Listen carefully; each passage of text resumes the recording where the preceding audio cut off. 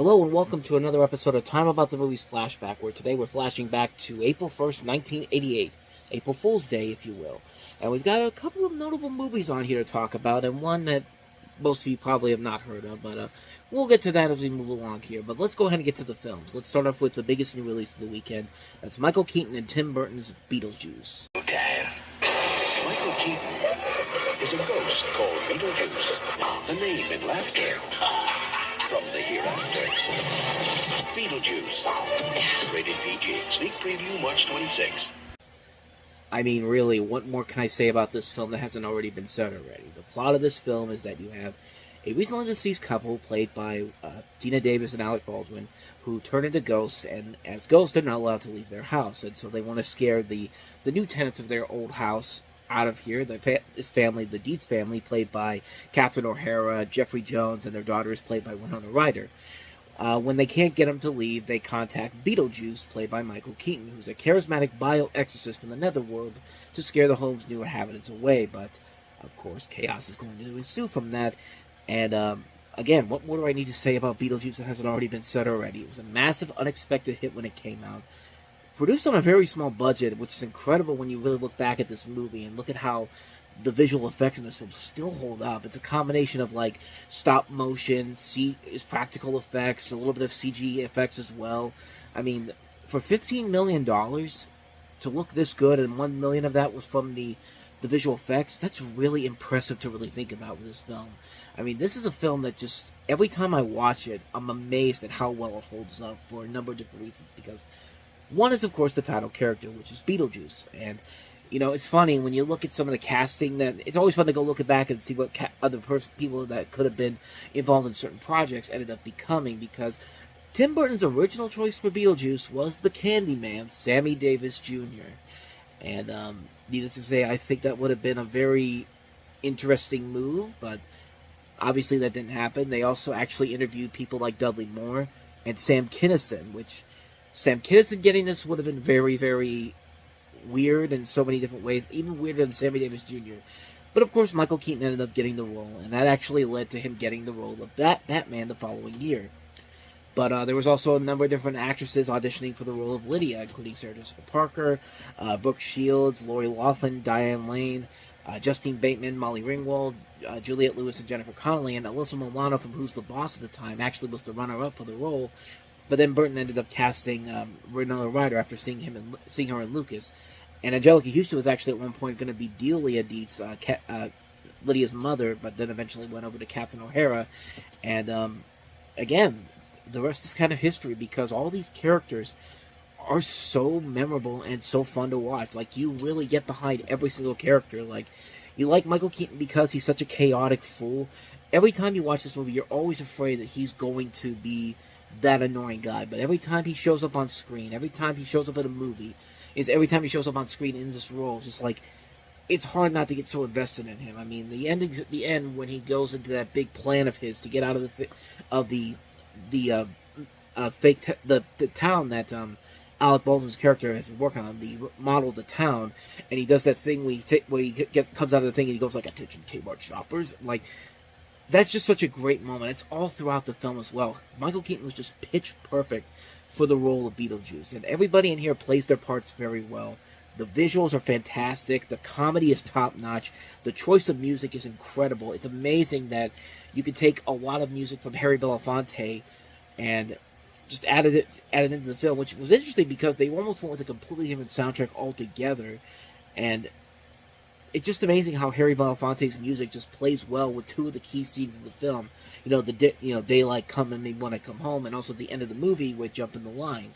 Like, it's just an amazing film that just holds up on so many levels, and it just makes me so scared about what this new sequel is going to do. I mean, it's now been, almost over 35 years since the last movie, and we're finally getting this Beetlejuice sequel, which that first trailer did show promise to it, but at the same time, I gotta remain skeptical because it's a comedy sequel.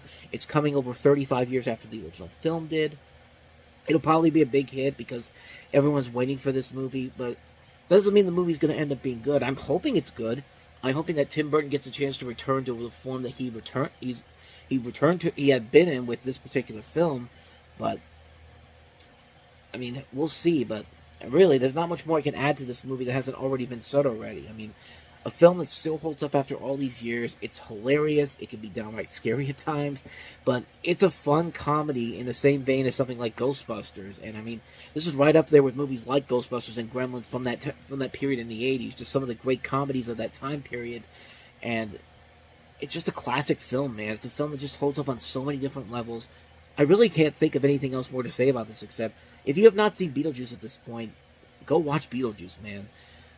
How many times I've said that now? He's probably been back and forth with while I'm not even looking, but so that's Beetlejuice. So let's go ahead and move on to the next movie that we have here, which is Michael J. Fox and Keith Sutherland, as well as Phoebe Cates in Bright Lights, Big City.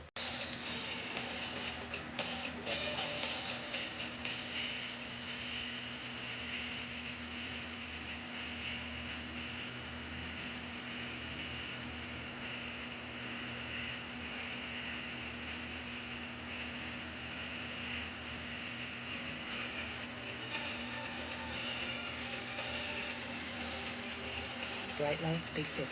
Rated R. Stars Friday, April 1st. So in this movie, you have Michael J. Fox, who's an aspiring writer and yuppie living in New York City, who seeks oblivion in cocaine and the glittering nightclub scene as his life falls apart. His wife leaves him, his mother dies, and with his hard-partying Fred, played by Keith Sutherland, tagging along with him during the nights out, JB finds it increasingly difficult to show up every day at his unfulfilling job as a fact-checker for a literary Manhattan magazine. And considering that his last movie before this was The Secret of My Success, one could make the argument this is actually a sequel to that, but if a darker sequel to that, if you will. But this is a criminally underrated movie, man. This is a film that, you know, Michael J. Fox was one of the biggest stars in Hollywood at the time. He was on Family Ties, which is heading into its closing in on its final season. You know, he had done a couple movies since joining Family Ties, of course, the big one being Back to the Future, and then the aforementioned Secret of My Success, which was a successful film. Although that film has a ton of problems that we'll get to in 1987 when that film comes out.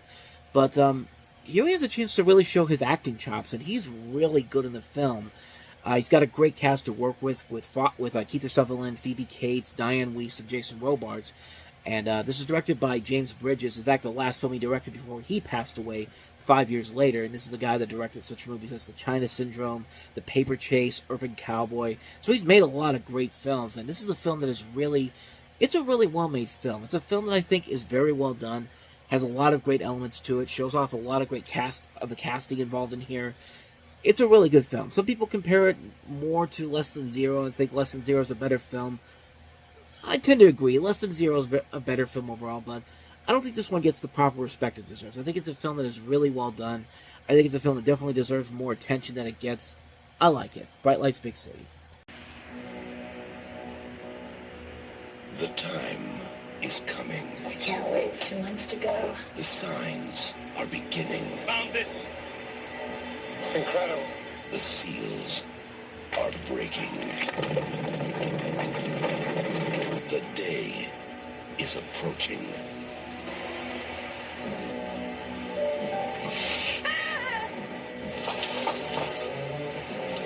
Hello. Hi. The mystery is unfolding. I need to know what this says. I need to know what language it is. It's about the apocalypse. Your baby's due in February, the 29th.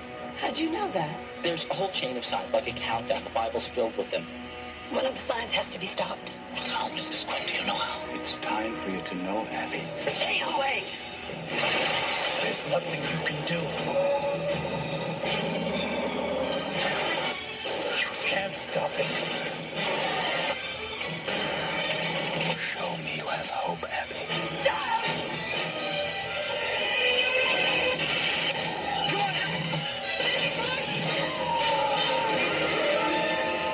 Demi Moore in The Seventh Sign. Speaking of criminally underrated films released this weekend, The Seventh Sign is actually much better than I think a lot of people give it credit for. In this film, you have in Haiti, the sea and its life forms die. In the Middle East, the town is frozen. These are the signs of the apocalypse that the Vatican is investigating, but Father Lucci advises that these omens are a hoax or technologically explained. In California, you have a housewife played by Demi Moore, and the delivery is scheduled for February 29th, a leap year. Her husband, lawyer, is defending a weird case of teenager Jimmy Sargosas, who kills his parents, saying that it was because he was following the word of God. Then Abby rents a garage apartment to the mysterious David Bannon. The hopeless Abby has strange nightmares and soon finds that around the world there are signs of the apocalypse in accordance with the Book of the Revelation. She learns also that David Bannon is Jesus and his father has returned. Father Lucci is the Pilate's porter Carthopilius, who was doomed to wander the earth for eternity, and she is a woman who's trying to help Jesus. Further, she is the seventh sign, and the apocalypse will happen when her baby is stillborn. What can she do to save her unborn son and mankind? The trailer right off the bat is really, really stylistic, and the film, I think, really is definitely a very underrated horror film. It got slashed by critics when it came out, but there were a lot of these movies that were thrashed by critics, didn't really hold up as much, but have gone on to have cult followings over the years. I don't know if this particular film does, but it's a film that really got my interest piqued when I saw the trailer for the first time. When I actually saw the film, I thought it was overall really good. I thought Demi Moore was very good in the role. I like Michael Biehn as her husband, Jürgen Prochnow playing the border, Peter Friedman as Father Lucci, John Hurd's also in here. There's a lot of good talent involved in this film, and yeah, it's kind of the 80s equivalent to something like Rosemary's Baby, but you know what? We've had so many movies try to knock off Rosemary's Baby, including one recently with Devil's Due, which was an abysmal film. I would gladly take that. I would gladly take this movie over any of those versions, because this one's at least trying to do something cool with it, and I think it does, for the most part, a pretty good job with it. It's a criminally underrated film. If you have not seen The Seventh Sign, I highly recommend it. It's definitely worth a watch. It's a film that is really stylistic, really cool, and actually leads to a lot of really cool elements to the film in general, just in terms of the scenes and the acting overall. It's a really good film. I do recommend it. It's a criminally underrated film.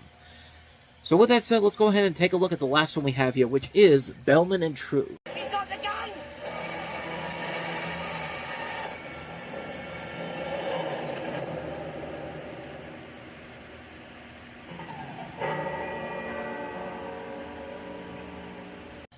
So in this movie, you have Hiller, who's a computer expert, who's bribed by a group of bank robbers to obtain details of the security system in a newly built bank. Having obtained the information, he thought he'd seen the last of the robbers, but now they've traced him and his son to London. They hold his son hostage and force Hiller to decode the information about the alarm and to take part in the robbery. This is directed by Richard Loncraine, who has done a couple of other films we've talked about out here. We talked about actually just one, I think, Richard III, but he also did kind of an underrated film that came out in 2004, Wimbledon, with Kirsten Dunst and Paul Bettany. And he also did Firewall, directed by Harrison Ford. This film features Bernard Hill, Derek Newark, and Richard Hope. And that's really all I know about it, quite honestly. I've never seen the film before, so I can't really say for certain if this is any good or not. But the trailer did look promising to it, even if it was 3 minutes long. I mean, I didn't think a film of that importance needed to be 3 minutes long in terms of its trailer, but that's what it was. But I don't really know anything much more about this film. I don't know if it's any good or not, but I mean, I've seen this director's work before, and it's been mostly mixed, so I don't really know what to think of going into it. But that's pretty much all I got for you on that one. That's Bellman True. So with that said, that wraps up another edition of Time About the Movies Flashback. We'll flashback next week to March 25th, 1988 with 4 films, including Matthew Broderick and Neil Simon's Biloxi Blues. We also have Johnny B. Good. We have the re-release of The Fox and the Hound from Disney. And we also have Alan Alda's A New Life. So we'll take a look at those 4 films next time. But until then, thank you so much for watching. And if you want to see more videos like this, hit the place on the next page, check out the previous episode. And also don't forget to hit the like and subscribe button if you want to see more videos like this on this channel. So with that said, I am off. I will see you guys next time. And until then, as always, take care.